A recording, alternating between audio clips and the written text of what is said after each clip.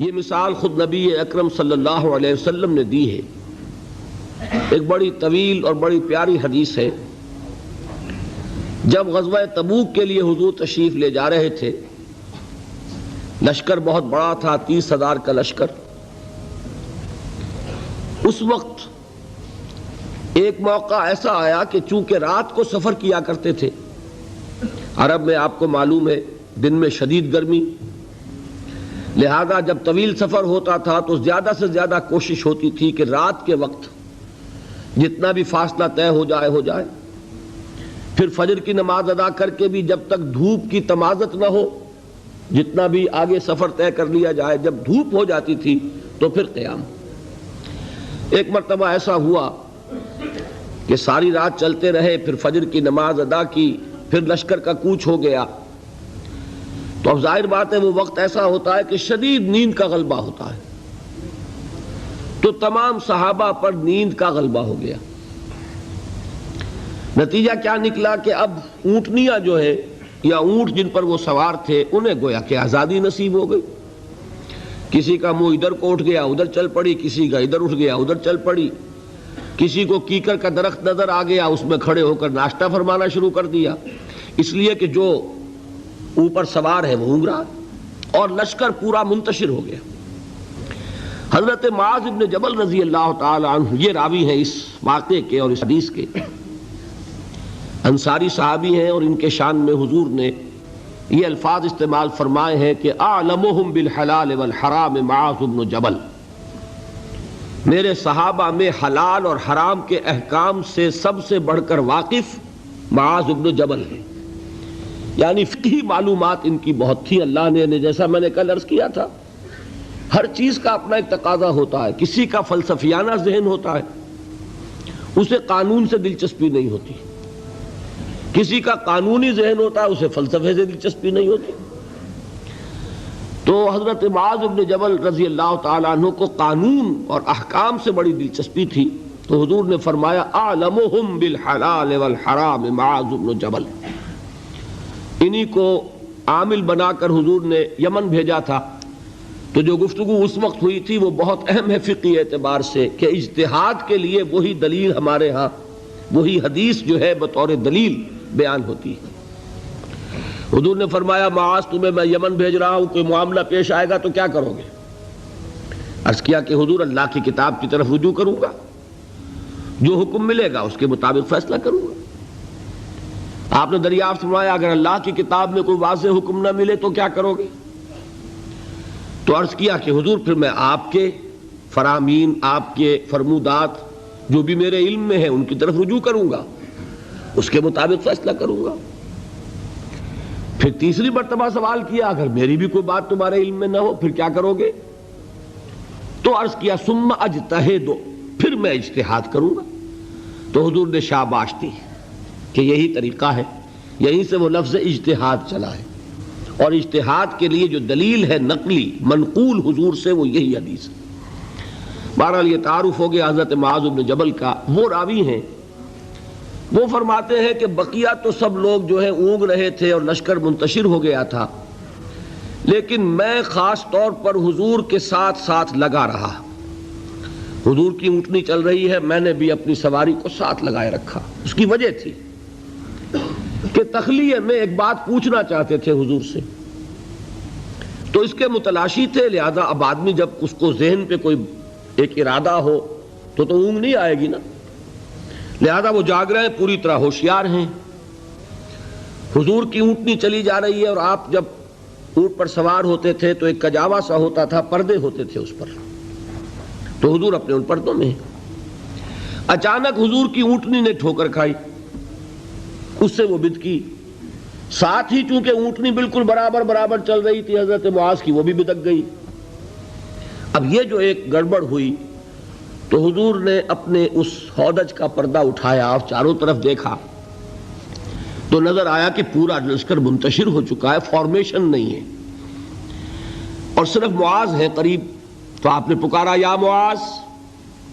اب انہیں اور کیا چاہیے تھا؟ اسی وقت کے لیے تو یہ سارا انہوں نے اہتمام کیا تھا۔ انہوں نے عرض کیا لبیک یا رسول اللہ، میں حاضر ہوں اللہ کے رسول۔ حضور نے پھر آواز دی ادنو دونک، اور قریب آ جاؤ. قریب ہوئے، ادنو دونک، اور قریب آ جاؤ، یہاں تک کہ الفاظ یہ ہیں کہ دونوں اونٹنیاں ایک دوسرے سے مس کرنے لگیں، بالکل برابر برابر. حضور نے فرمایا معاذ سے رضی اللہ تعالی عنہ کہ میں نہیں سمجھتا تھا کہ لشکر اس طرح منتشر ہو گیا ہوگا اور لوگ مجھ سے اتنے فاصلے پر ہوں گے. اب اس کی جو اصل اہمیت ہے اس کو سمجھ لیجئے کہ اس طرح حضور کا تنہا چھوڑ دیا جانا یہ تو بہت خطرناک ہے. عام حالات میں بھی کوئی کمانڈر ہو، سپہ سالار ہو، وہ اس طرح اکیلا رہ جائے تو دشمن کو موقع ملے. تو حضور نے اس انداز میں فرمایا ما کنت احسب الناس کا مکانہم من بعد، میں نہیں سمجھتا تھا کہ اتنے فاصلے پر ہوں گے لوگ. تو میں عرض کیا کرتا ہوں یہ موقع ہوتا ہے اگر ہم جیسا کوئی ہوتا تو وہ اپنی خاص خدمت کا ذکر کرتا، دیکھیے حضور، اور دوسرے لوگوں کی تنقیص کرتا. لوگوں کو خیال ہی نہیں ہے، توجہ ہی نہیں کرتے، اور میں تو بالکل آپ کے ساتھ لگا ہوا ہوں.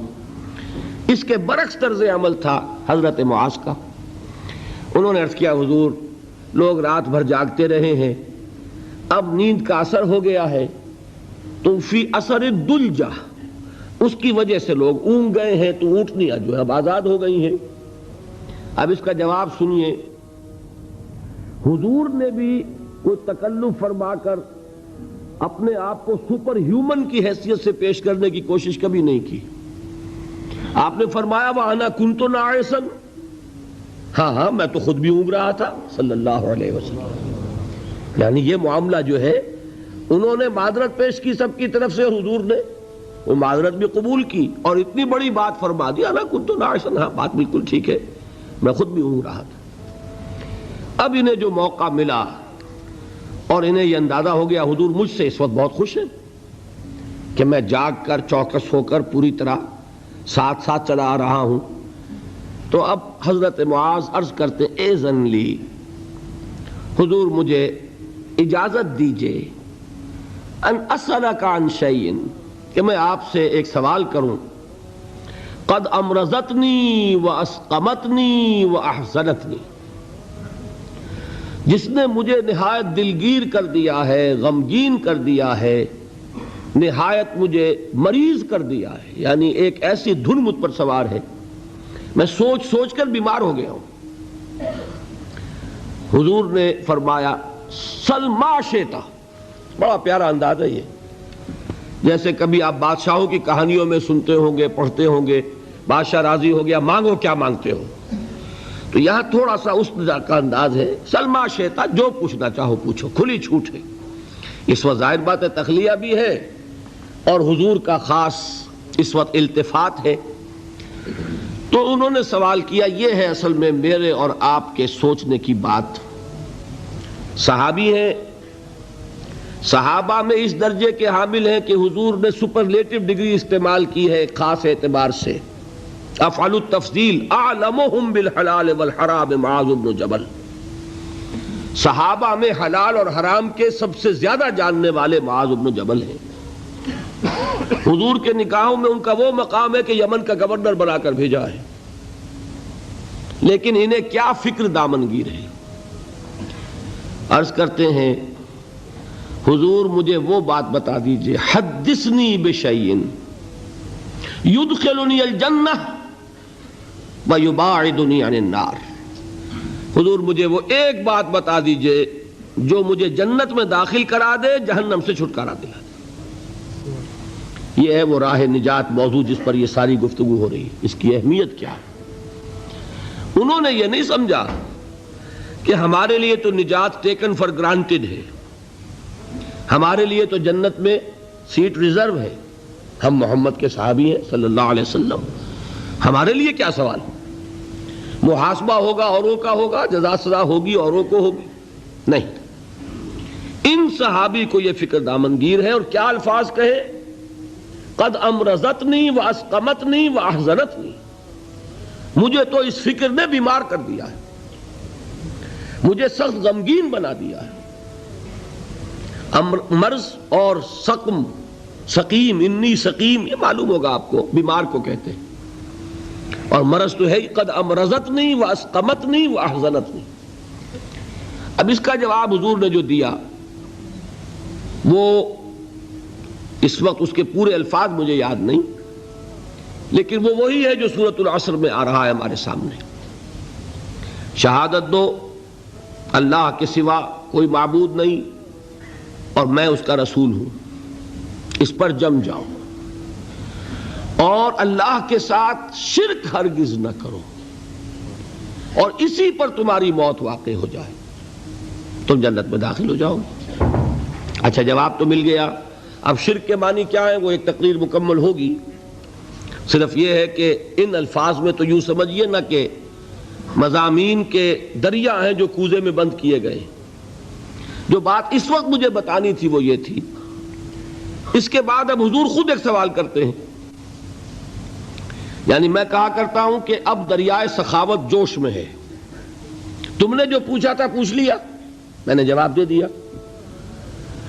افلا ادلک یا معاذ، تو اے معاذ کیا میں تمہیں یہ نہ بتاؤں براس ھذا الامر وعمودہ وذروۃ السنام منہ، کہ یہ جو دین ہے ہمارا، اس کی جڑ کیا ہے، اس کا تنا کیا ہے، اس کی چوٹی کیا ہے۔ میں نے عرض کیا تھا نا کہ حضور نے تمثیل اختیار کی ہے کہ دین میں کیا پہلے ہے کیا بعد میں ہے، کس کی حیثیت جڑ کی ہے، کس کی حیثیت تنے کی ہے، کس کی حیثیت چوٹی کی ہے۔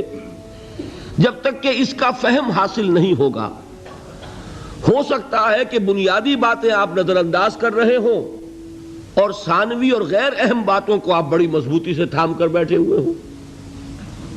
اسی کو کہا تھا حضرت مسیح علیہ السلام نے یہودی علماء پر تنقید کرتے ہوئے کہ تم مچھر چھانتے رہتے ہو اور سموچے اونٹ نگل جاتے ہو، بڑے بڑے گناہ تو کر رہے ہو اور چھوٹی چھوٹی باتوں کے اوپر دست و گریبان، مناظرے اور جھگڑے۔